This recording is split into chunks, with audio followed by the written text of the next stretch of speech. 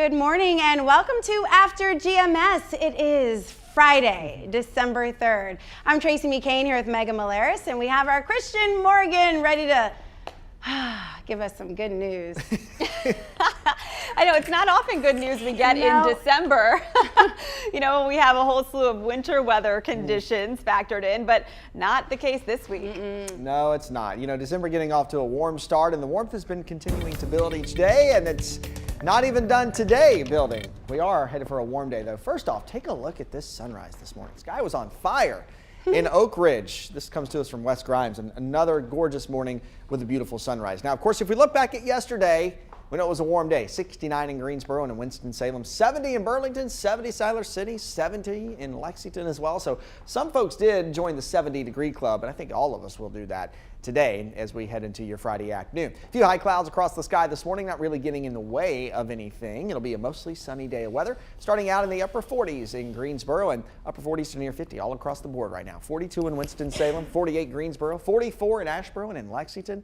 We're at 46 in Burlington, 45 up in Yanceyville, 41 in Reedsville, 52 Walnut Cove, in the 50s in Wilkesboro, and into the upper 40s up in the mountains in Boone this morning. High pressure in control of our weather. This hasn't really moved a whole lot or changed a whole lot over the course of the majority of the week. And when you get a weather pattern like this and it stays the same, it moderates or it gradually changes a bit day after day. And when we pulled our winds in out of the south and out of the southwest, that continues to bring us an additional supply of warm air. So that's why each afternoon we've been able to get a couple degrees warmer than the day before. And that continues today as well. There will be a little bit of our front to the north that kind of tries to get in here but doesn't make it. It's not successful. Although heading into Sunday, another cold front will eventually cross the area and we'll finally get on the cool side of that.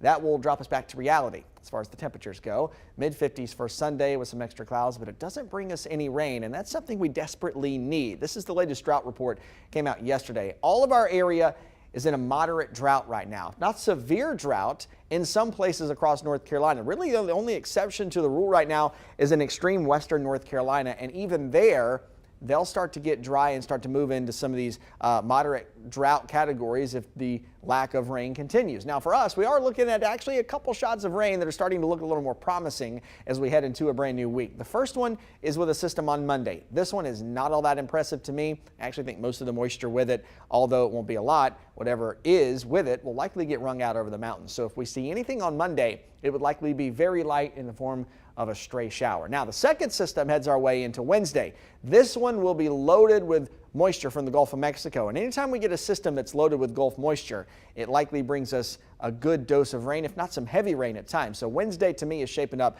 to be a soggy day of weather. Some of that rain could be quite heavy at times, but it actually looks like beneficial rainfall and measurable rainfall to me. By the time we're done with Wednesday and on into Thursday, we start clearing things out and we could pick up a couple inches of rain. Right now, the Weather Prediction Center over the next 7 days has us in a 1 to 2 inch category. Now, that could trend up or that could trend down a little bit. I've seen models and different data that would suggest otherwise, but I think a good bet right now is somewhere on the order of 1 inch or 2 across the Piedmont. Of course, really anything at this point would be beneficial, but it would be nice to have a soaking 1 inch or 2 of rain. That would help in a big way. Of course, any rain at all helps to kind of further tamp down and put out those fires up on Pilot Mountain. So the warmth continues for today and for tomorrow.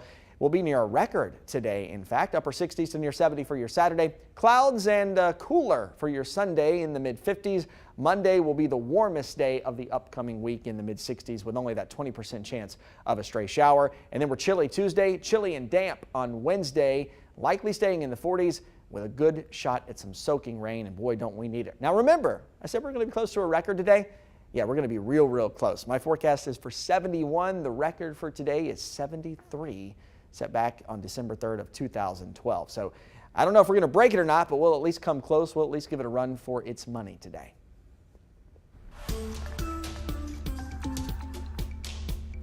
All right, so these warm temperatures, possibly record-setting, carry us into our first talker. Already some of you are weighing in on how you feel about these 70-degree days in December. So Christian noted we might hit a record high today.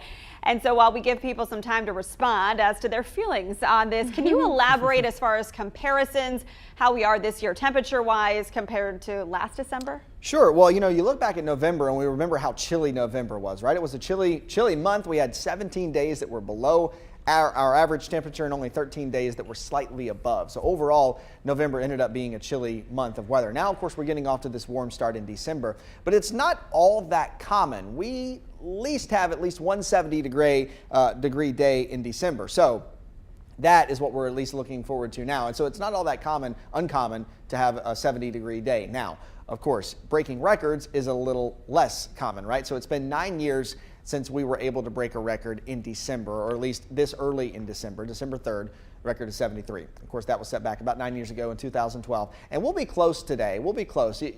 We're still in that time of the year where there's a lot of ups and downs, right? We don't really have that super cold pattern locking in place. So in order for us to continue to stay cool, we have to continue to get the supply of that cooler air from the north. So this week, our temperatures and our winds have really been coming out of the south, and that's what's been warming us up. So 70s aren't all that uncommon. You know, we at least have a couple 70-degree days throughout the month of December.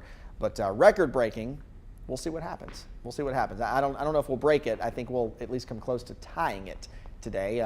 Typically, cooler spots may stick it out in the upper 60s, and those typically warmer spots may jump up into the mid 70s. You know, we'll just have to see how today plays out. A lot of it, I think, might be dependent on how thick those clouds are. We have high clouds right now, but the quicker those clear out and the more full sunshine we have, the quicker we'll be able to warm things up. I know as a meteorologist, you get a lot of pressure. You know, some people love things, some people don't like things, but no complaints from me today. Yes. You have my full support.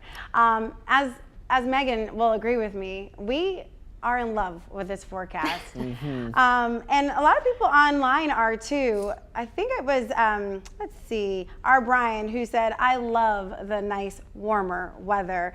And Wanda said it's great weather for shorts. And then our friend Carol isn't feeling well. So she said it's okay for it to be warm today. Yeah, this is our winter friend. She loves snow. So she said it's okay for today because she's not feeling well. So we certainly hope that she feels better. And Wanda Creedle said, you know, I asked people, I said, hey, who's with me if you like the warmer weather? And she said, I'm with you, and so are my bones. She said, because her bones get cold when it's cold outside. So I've also had the question this week too. A lot of folks have been asking if the pressure is high.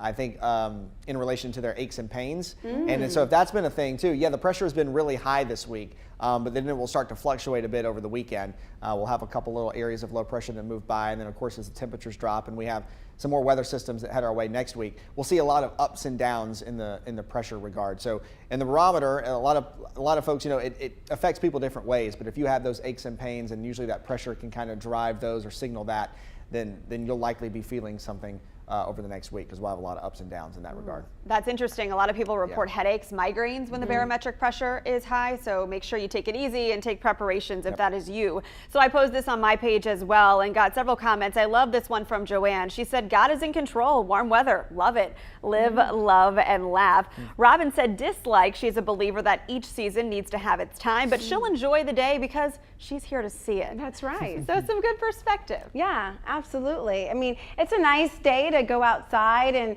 you know, shake out, you know, if your kids have been inside for a little while because it had been cold and very windy. This is a good time to go out to the park and enjoy. It's a Friday. It's like the first weekend of December. Take advantage of it because we don't know when it's going to come back around. By the way, Christian, when does it typically hit 70 degrees again? Not for a while. Exactly. We start to see some 70-degree days. You know, we could get 70s. We have had 70s in February before, but we typically start to get some more 70s. It starts to become a little more common once you get to April. See? Soak it up. Yeah. Right. And bottle it up and then pull it out when you need it, when there's like we a can't foot do of that. snow. What'd you say? So you know you can't do that. Oh, I know. You can try. That's true. Just like let me grab it all and just hold it close. Yeah. Yes. No, I'm so thankful for this warm weather. My son has been under the weather this week and finally started feeling better. And last night, we were able to take a quick walk around the neighborhood just to get some fresh air. Get out of the house. We all enjoyed that. But because it was so warm, we were able to do that. You know, you don't want to take a child out who's not feeling well in 30-degree temperatures. Right. So it was a blessing for us. And you know, I don't know if, you know, meteorologists say this, but I've heard some doctors say the best cure for a cold is sunlight. you know, sun, nature, and Vitamin you D. know, exactly. A dose of vitamin E will go a long way. Yeah. So I'm glad that you guys were able to get out of the house. You've had it rough this week. I know. Every day I'm like, how's Christian? I know. Is he okay? I appreciate that. I know all of our kids have, it's just like that time of year where they all just get kind of the gunk, the colds, the earaches, whatever. But thankfully, yeah, everybody's on the mend. So. All right, Megan, you made it through. Yes. Harder on moms sometimes than it is on the kids, right? Definitely more so than the dads. Oh, sorry. Anyway, just a different perspective. It really is, absolutely. Because, you know, we obviously want to be home with them and stuff like that. But yeah, we certainly love these comments. Bobby said, I'm taking advantage of this weather the next few days. Christian surprised me here. He said, I'd love a white Christmas. I mean, it's not a surprise that you said it. It's not the topic. The topic is. But Brian, if you read the comment, Brian said to hold the snow. I don't just talk. Well, sometimes I do. But Brian said to hold the snow for Christmas, and to which I responded, I would love to have a white Christmas. Oh, okay, that makes sense. I'm wild, but I didn't go that crazy this morning. You're off topic. Reel me back in. Exactly. Joanne said that's what makes the world go round, different opinions. That's right. Isaac says love the warm weather. And Preston said I'm good with keeping the 70s around a little while longer. Joanna says I'll take weather for all winter. So I think Joanna's from New Jersey. So I think that she had written earlier that's why she moved to North Carolina, was to get out of the cold, have more warmer days. To which Scott replied, yeah, that makes a lot of sense because North Carolina has very temperate conditions. You know, summers are good, winters are not bad, so it's a great place to live. Yeah. He should be our This Is Home spokesperson. And a few viewers mentioning some events this weekend, some great weather for those. So enjoy. We have our holiday parades coming up tomorrow as well. So yeah, perfect time to get out and enjoy some warm weather and family time. Yeah. All right, let's get to our morning headlines before we get to our next conversation. And we do have some serious news to cover in Kernersville. Police say they arrested a 17-year-old suspect in the death of a 14-year-old boy. Investigators believe the 17-year-old shot and killed 14-year-old Marcus Key at 4th of July Park. The suspect is facing a second-degree murder charge. It's unclear whether the boys knew each other or whether police know of a motive. Right now, the investigation continues into a deputy chase that ended in a head-on collision. Randolph County Sheriff's Office says this happened yesterday on Highway 64 in Asheboro. Deputies say a driver refused to pull over, made a U-turn on the highway, and started driving in the wrong direction. Investigators say the driver hit another car head-on, pinning the passenger in the suspect's car. Deputies arrested the driver. The people injured are recovering in the hospital as of last check. Guilford County voters will see a $1.7 billion bond proposal on the ballot in March. The money will help repair dozens of old schools. The upgrades include fixes to AC units and roofs, plus old bathrooms, among many other things. The Board of Commissioners voted to place the issue on the ballot last night. A county representative says the bond initiative would be paid through property or sales taxes. The Grindstone fire at Pilot Mountain is 90% contained this morning. That's according to NC Forest Services. They believe a campfire in an unauthorized location started the wildfire. Yesterday, we saw state leaders, including Governor Roy Cooper, touring the damages. Crews are back out this morning getting the fire contained. It's not clear when the park will reopen, but again, a 90% containment right now, which is great news. All right, it is 8 o'clock. Let's get to our second conversation. This is fun. The magic of Disney is skating right into Greensboro. Disney on Ice is back at the Greensboro Coliseum with Mickey, Minnie, Ariel. And what's ice without Elsa and Anna, right? Yeah, you can't. WFMY News News' Denise McMiller got up early for some fun at the Greensboro Coliseum and shows you a preview of the magic. Well, we are on the ice here at the Greensboro Coliseum where all of the magic is going to happen with Disney on Ice. I have Tyler Hubbard here. He has been helping us all morning, giving us a behind the scenes look. So talk about the performances that'll take place So we have a couple more performances here at the Greensboro Coliseum through the weekend, and it's a great stocking stuffer early Christmas present to come see the show. Some of your favorite Mickey and Friends characters. We have both new and old characters and stories as well, so there's going to be something for everybody. And speaking of one of our older shows, one of the older movies, we actually have Aladdin's lamp here. So let's see if Jeannie would like to join us this morning. So let's go ahead and try and wake him up as well with us. Oh my gosh. It looks like he did decide to join us this yes. morning. All right, so we got a special guest. This is awesome. So this is just one of the elements. I know that you mentioned that you all are going to make sure the guests get to interact as well. Yes, absolutely. So our live hosts need the audience's help to help free Tinkerbell from the lantern that the Captain Hook's pirates have put her in. So we need the audience's help to solve all the clues to help her free. All right, well, thank you for joining us. And as mentioned, we need you all here to help out with Disney on Ice. There's their next performance is going to be today, actually. There are 7 more performances. We'll have all those details on our website at wfmynews2.com. So you can come out. That's pretty awesome. Disney on Ice is for the young and the young at heart. Many of you have fond memories of your favorite Disney character, Disney show, or experience at a Disney theme park. So throughout the morning, we've been asking you to share your favorite Disney characters with us, whether past or present. So let's take a look at what some of you are saying. A few viewers, hey, sending in some great pictures. Here's Stephanie and Nisa sharing their photo with their favorite, Mary Poppins. Oh, good choice. And I love the ears. The ears make it pop.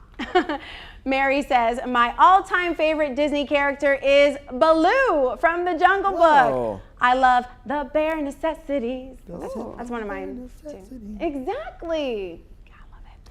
Michael texted in saying, my mom's favorite was Eeyore. So Winnie the Pooh story and characters for you there, Megan. Crystal is a Winnie the Pooh fan as well, saying Tigger is my absolute favorite. I also love Rafiki from The Lion King. And Linda said, Minnie Mouse, she's just so jazzy. I agree. With those heels, I mean, hello. And finally, a viewer texted in saying, Moana. When my granddaughter was very young, that's all she wanted to watch. Now she's moved on to bigger and better things. She's 3 now. But I still love Moana. That's so funny how children really do go through stages. You know, my daughter had Minnie Mouse sheets on her bed for, you know, ever. And then one day she's just like, I think I'm ready for a change. I'm like, okay. And now everything is Frozen. So, and that movie's actually a couple years old now at this point, maybe even like 7, 8 years. And she's 3, so it just lives on. It does. Well, sure. Saya's 5, 6, yeah. So yeah. Yeah. Frozen came out a few years ago. I think there was a Frozen 2. Oh yes. Gosh. And many spin-offs afterwards. I became a parent only 2 years ago, so I'm still like not up to date with all the latest Disney movies, but I certainly remember the classics. My all-time favorite, as a couple viewers agree with, is Winnie the Pooh. Oh gosh, I love the adaptation Disney did back in the 1960s, of course, when they bought the TV rights from A.A. Milne's family, still paying them royalties, I think, all these years later, to be able to use that character. But wow, what an amazing storyline. All the characters bring something to the table. There's actually different interpretation of some of the characters, whether you're a child or whether you're an adult. So it's been interesting to learn about that over the years too. But Winnie the Pooh is just a classic. I've passed down my old bears that are very loved on to my son, who now loves on them too. So we'll see if they carry on to another generation someday. But as far as princesses, I love how the princesses have become more inclusive and representative over the years. I've always loved Pocahontas and that storyline, but I've also loved Rapunzel. I remember one Halloween I dressed as Rapunzel and had this big wig that had a big blonde braid that trailed all the way on the sidewalk. That's amazing. And kept getting caught. Yes. So cute. But yeah, I mean, gosh, so nostalgic to talk about all this. Yeah, it brings back memories, doesn't it? It does. Yeah, you know, we were talking about this earlier on the Good Morning Show, and I too have always been a huge fan of Winnie the Pooh. and also a huge fan of Tigger. And while we were talking about this, I actually just looked to see in my phone if I had it. And this was just a couple years ago. I don't know if you can see this or not. This is how big of a fan of Tigger that I am. I went up and hugged him in Disney World and Winnie the Pooh, the actual real characters. So I love that. Can I just say that wasn't a hug, that was an embrace. Full on embrace. Full on. You're like, and Winnie the Pooh's over here like left out. He's like, what are you doing? He's like, I'm still kind of left out. Can you see that? That was pretty Winnie's like looking all like, where's my hug at? Right. That's so cool. So cute. You're a fan, see? For the young and for the young at heart. So Megan made a good point, talking about inclusivity with Disney characters through the years. And, I am a firm believer that representation makes a difference in a child's life. So seeing someone that is like you in some element is, a perfect motivator for children to, get those experiences or to idolize or to want to portray, even if it's a character. So Tiana being a princess and the Princess and the Frog was a big thing for my family. This was even before Simone was born, but I just was like, oh my gosh, a Disney character that looks like me. And I didn't have that growing up. So as soon as I had a daughter, I was like, no, get it. Careful, she's gonna have you buy Tiana bed sheets next. I already have. Done with the Mickey Mouse. Yeah, she does go through phases, but we have like a little bit of like everything. Yeah. She loves stories of Snow White. The other day, she was in her bed and I said, Simone, it's time to wake up. And she's like, kiss me, and I'll wake up. And I'm like, okay. So I gave her a kiss. She's like, I'm like, okay. So clearly she's paying attention to the storylines of these movies. That's cute. I'm not her prince. I'm her mom, obviously. But, that's one of the parts that I love too, is just these stories of these can-do attitudes, this empowerment. Like, it's never over. Don't give up. Keep trying. And, your dreams can one day come true. It just really is motivating. Yeah. Kiss me. That's so funny. It's the only way you're going to get her to wake up from now on. I'm going to have to kiss her, and that's fine. Aw, that's so sweet. Exactly. All right, so we're hearing from some of you here on our feed about your favorite Disney characters. Joanna is actually going to Disneyland, or Disney World, I believe, because she mentioned Florida, with her family in 3 weeks. She said her daughter loves Minnie and has so many pictures of Minnie. We heard from Bobby, who loves Mickey Mouse. We heard from Tamrika, who loves them all. Sean thinks Goofy is so goofy. He's funny. Several people say they also love them all. Isaac remembers watching the Mickey Mouse Club in the 80s and 90s on the Disney Channel. Gerald likes Grumpy, of course, from Snow White. And then Isaac also loves The New Adventures of Winnie the Pooh. Yeah, a lot of people are Pooh Bear fans. I never really got into Pooh like that, but I do read it to my kids, so maybe I'll just jump in and join the bandwagon here. He was always so jolly. He is. And Tigger is like really like energetic, right? And what is Eeyore's deal? He just needs a little boost sometimes. He just needs some encouragement. Yes. Tracy. He needs encouragement. I was just wondering. Again, I didn't watch as a child, so Sometimes he gets down, but his friends pick him up in the 100-acre woods help. That's right. Yeah, motivate him, and he has some great moments too in the series. Just needs some friends. Yeah. I love it. And there's a kangaroo, right? I know about Roo. Roo, yeah. Roo and Pooh. Roo and Pooh. And Christopher Robin, we can't forget about the other star of the show who brings all of them together. So, now, the producer just put in my ear, is it Kanga? Kango's the mama. Okay. Kanga. Listen, again, information that is necessary. Isn't there an elephant? Start your day. A heffalump, I think, the elephant at some point. Is that what his name was? Yeah. I can't remember that. I was sitting here trying to think, and Yep. All right. Let's talk about honey. Anyway, let's talk about that. All right, Christian, the bees might be buzzing a little bit today because it's so warm out. Yeah, but if a tea's outside, right? Doesn't feel like December, doesn't feel like winter, definitely doesn't feel like Christmas, especially considering we're on our way to possibly breaking a record today. Record warmth. It is at least within reach. I don't know if we'll break it, but we may at least tie that record or give it a run for its money. 71 today, the record is 73, so we'll be close. you can tune in to WFMI News 2 at 5 o'clock. Tim will have an update on that for you. Heading into your weekend, the first part is warm, upper 60s to near 70 on Saturday. It's going to be perfect for the holiday parade downtown Greensboro.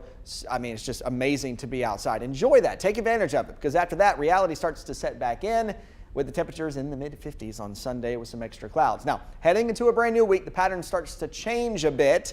Monday will be a warm day, semi, in the mid-60s with some extra clouds. We'll have a low shower chance. Doesn't look like anything that would be very beneficial. After that, though, we're chilly in the upper 40s to near 50 on Tuesday. And Wednesday, to me, finally, I think we're going to have our chance at what looks like some promising, measurable, and beneficial rainfall on Wednesday. Some of that could be quite heavy at times. So Wednesday, right now, looks like it's shaping up to be a damp and chilly day of weather in the 40s with rain, and some of that could be heavy at times. By the time we're done with it, we're clearing out on Thursday, and we could total around an inch or two, maybe more than that. We'll just have to watch how things play out over the next several days, but it looks more promising to me, and honestly, we'll take anything we can get at this point in the way of rainfall. We really need it.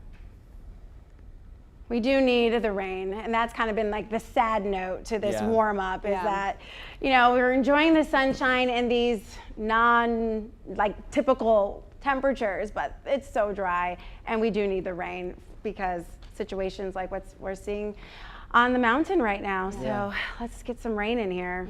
And a lot of people, you know, this time of the year, we don't think so much about drought because usually we relate that to the summer when it's super hot and super dry. But this time of the year, even that surplus of rain and surplus of moisture that we had, it can quickly go away because now, you know, not only is it dry and it hasn't rained, our air is just a whole lot drier. You know, we don't have all the humidity like we used to. So that moisture gets used up really quickly this time of the year, and we sometimes don't even realize it because it's so cool. So are the warmer temperatures helping with the humidity at all?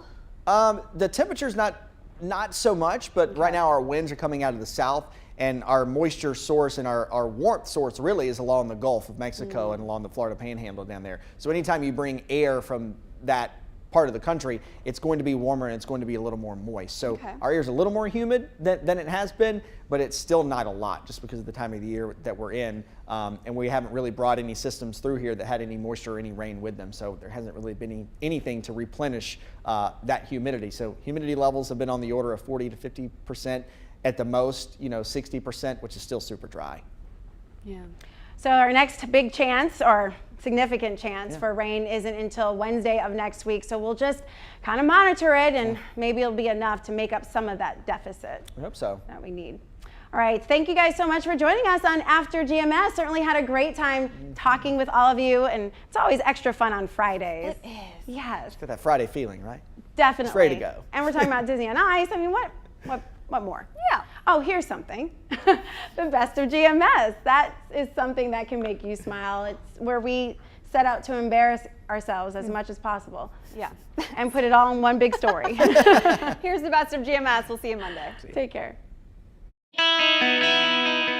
Countdown to Christmas is really on. It's on. I mean, this year has flown by. Right. Christmas. I can't sing. All right, Mo's singing. I think it's time for the Panthers to reset and refocus, given the poor performance again this past Sunday of the whole team, not anyone in particular. All right, well, as soon as you tweet Coach Rule that, I'll let him handle it. This is my 2 cents. I mean, my daughter's birthday is Thursday. She thinks that 4 is also the equivalent to 14. So there's a lot of different expectations with this birthday. What are some of the common body language signs that you're not in a situation that makes you feel comfortable? It looks like I was muted. Oh, there My you go. apologies. Perfect. But you just kind of take a moment to appreciate everything around you. Yeah. And that's the special part of the holiday. You can do it while bundled up inside in your house. Is there a note there? Come on in, Monique. Exactly. Warm up. You deserve it. Santa said he was looking forward to being at the Greensboro Science Center, and he also told me, I had to check up on this, he told me that so far I was on the good list. So far. Did he say anything about me? Did you ask him? We'll have to discuss that later. Uh-oh. I can hear George in the control room go, ooh, and I can't even hear them from here. I can hear them from the control room.